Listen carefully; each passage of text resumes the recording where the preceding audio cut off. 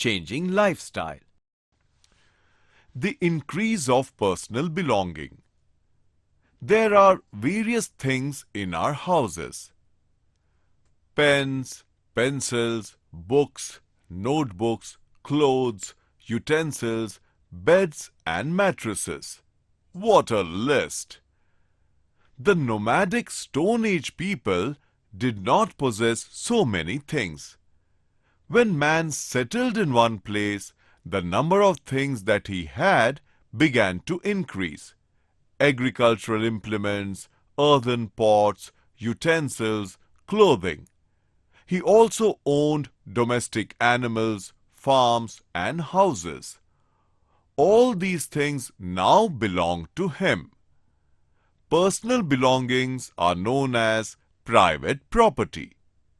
Private property began to increase in permanent settlements. Why rules and regulations were made? Permanent settlements gave rise to new needs.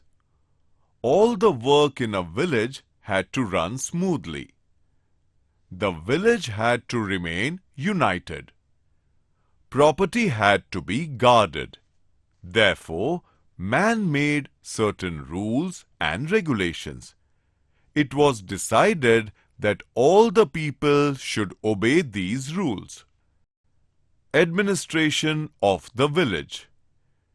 It was necessary to supervise over people and see whether they followed the rules or not. Some people were given the job of supervision. The village headman and his associates did this. They looked after the village administration. They protected the village. In return, people gave them food grains. The rise of trade. Farmers and artisans often kept on doing the same kind of work, so they acquired greater skill in their work. They could also try new ways of doing it. Agricultural production increased. Artisans too began to produce more articles than before. They exchanged these articles with farmers for grain. They also began to exchange these articles for other articles or goods. This kind of exchange is called trade. Man started trading. The questioning mind.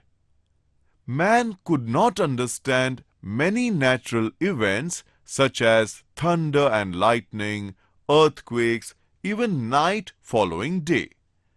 Man did not understand how these natural events happened. He had several questions regarding them in his mind. Quite often he had no answers. Man's worshipping trends.